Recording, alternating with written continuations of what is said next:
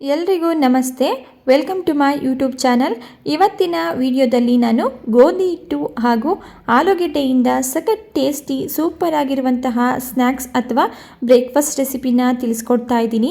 ಇನ್ನು ಈ ರೆಸಿಪಿನ ಸ್ನ್ಯಾಕ್ಸ್ ಆಗಿಯೂ ಸಹ ಮಾಡ್ಕೋಬೋದು, ಹಾಗೆ ಬ್ರೇಕ್ಫಾಸ್ಟ್ ಆಗಿಯೂ ಸಹ ಮಾಡ್ಕೋಬೋದು. ತುಂಬಾ ಹೆಲ್ದಿ ಹಾಗೂ ಟೇಸ್ಟಿ ಆಗಿರುವಂತಹ ರೆಸಿಪಿ. ಬನ್ನಿ ಯಾವ ರೀತಿ ಮಾಡೋದು ಅಂತ ನೋಡ್ಕೊಳ್ಳೋಣ.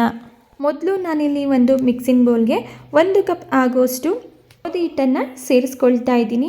ಇದಕ್ಕೆ ಅರ್ಧ ಟೀ ಸ್ಪೂನ್ ಆಗುವಷ್ಟು ಜೀರಿಗೆ, ಸ್ವಲ್ಪ ಅರಿಶಿಣದ ಪುಡಿ, ರುಚಿಗೆ ತಕ್ಕಷ್ಟು ಉಪ್ಪು, 1 ಟೀ ಸ್ಪೂನ್ ಆಗುವಷ್ಟು ಎಣ್ಣೆ, ಸಣ್ಣದಾಗಿ ಕಟ್ ಮಾಡಿ ಇಟ್ಕೊಂಡಿರುವಂತಹ ಸ್ವಲ್ಪ ಕೊತ್ತಂಬರಿ ಸೊಪ್ಪನ್ನು ಸೇರಿಸಿ ಒಮ್ಮೆ ಇದನ್ನು ಡ್ರೈ ಮಿಕ್ಸ್ ಮಾಡ್ಕೊಳ್ಳೋಣ.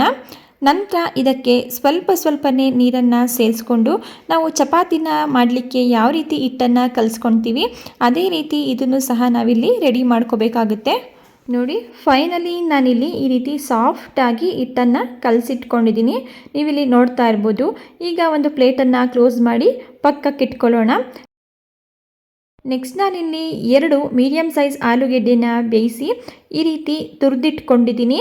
ಬೇಯಿಸಿಟ್ಕೊಂಡಿರುವಂತಹ ಆಲೂಗೆಡ್ಡೆನ ನೀವಿಲ್ಲಿ ಮ್ಯಾಶ್ ಕೂಡ ಮಾಡ್ಕೋಬೋದು. ಈಗ ಇದಕ್ಕೆ 1/4 ಕಪ್ ಆಗುವಷ್ಟು ಸಣ್ಣದಾಗಿ ಕಟ್ ಮಾಡಿ ಇಟ್ಕೊಂಡಿರುವಂತಹ ಈರುಳ್ಳಿ, ಸ್ವಲ್ಪ ಕೊತ್ತಂಬರಿ ಸೊಪ್ಪು, ಸ್ವಲ್ಪ ಅರಿಶಿಣದ ಪುಡಿ, ಅರ್ಧ ಟೀ ಸ್ಪೂನ್ ಆಗುವಷ್ಟು ಚಿಲ್ಲಿ ಪೌಡರ್, ಅರ್ಧ ಟೀ ಸ್ಪೂನ್ ಆಗುವಷ್ಟು ಗರಂ ಮಸಾಲ, ರುಚಿಗೆ ತಕ್ಕಷ್ಟು ಉಪ್ಪು, ಇಷ್ಟು ಪದಾರ್ಥಗಳನ್ನು ಸೇರಿಸಿ ಆಲೂಗೆಡ್ಡೆ ಜೊತೆ ಚೆನ್ನಾಗಿ ಹೊಂದ್ಕೊಳ್ಳೋ ರೀತಿ ಇದನ್ನು ಮಿಕ್ಸ್ ಮಾಡ್ಕೊಳ್ತಾ ಇದ್ದೀನಿ. ನಿಮಗೆ ಎಕ್ಸ್ಟ್ರಾ ಫ್ಲೇವರ್ ಬೇಕು ಅಂತ ಹೇಳಿದ್ರೆ ಒಂದು ಅರ್ಧ ಟೀ ಸ್ಪೂನ್ ಆಗೋಷ್ಟು ಇದಕ್ಕೆ ಚಾಟ್ ಮಸಾಲ ಇದ್ದರೆ ಸೇರಿಸ್ಕೋಬೋದು. ಆಗ ಚಾಟ್ ರೆಸಿಪಿ ಇನ್ನೂ ತುಂಬಾ ಸೂಪರಾಗಿರುತ್ತೆ. ಈಗ ಇದು ರೆಡಿಯಾಗಿದೆ. ಇದನ್ನು ಪಕ್ಕಕ್ಕಿಟ್ಟು ನಾವು ಕಲಸಿಟ್ಕೊಂಡಿರುವಂತಹ ಚಪಾತಿ ಹಿಟ್ಟಿನಲ್ಲಿ ಅರ್ಧದಷ್ಟು ಹಿಟ್ಟನ್ನು ನಾನು ತೆಕ್ಕೊಳ್ತಾ ಇದ್ದೀನಿ.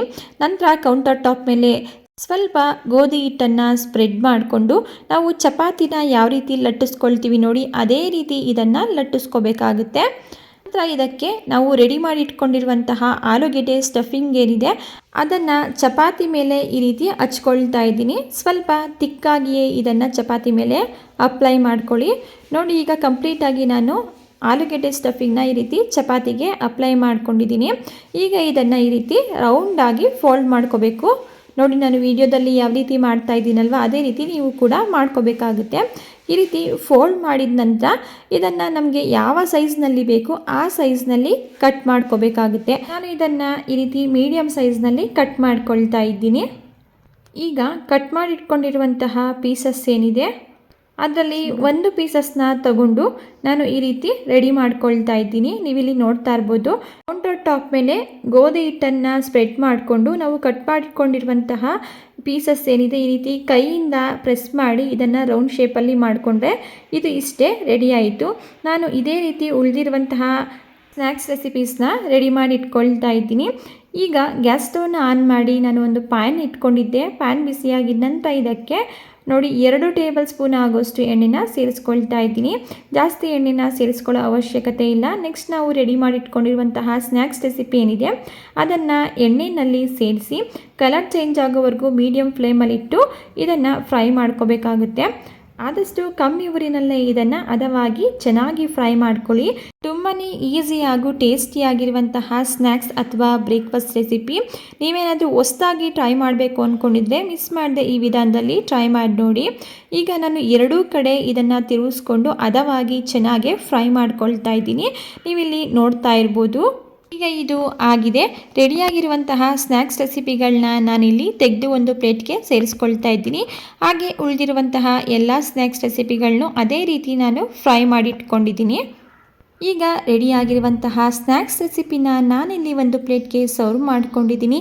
ಟೇಸ್ಟಲ್ಲಿ ಯಾವುದೇ ರೀತಿಯ ಕಾಂಪ್ರಮೈಸ್ ಇರೋದಿಲ್ಲ. ಒಂದ್ಸಲ ಈ ವಿಧಾನದಲ್ಲಿ ಟ್ರೈ ಮಾಡಿ ನೋಡಿ.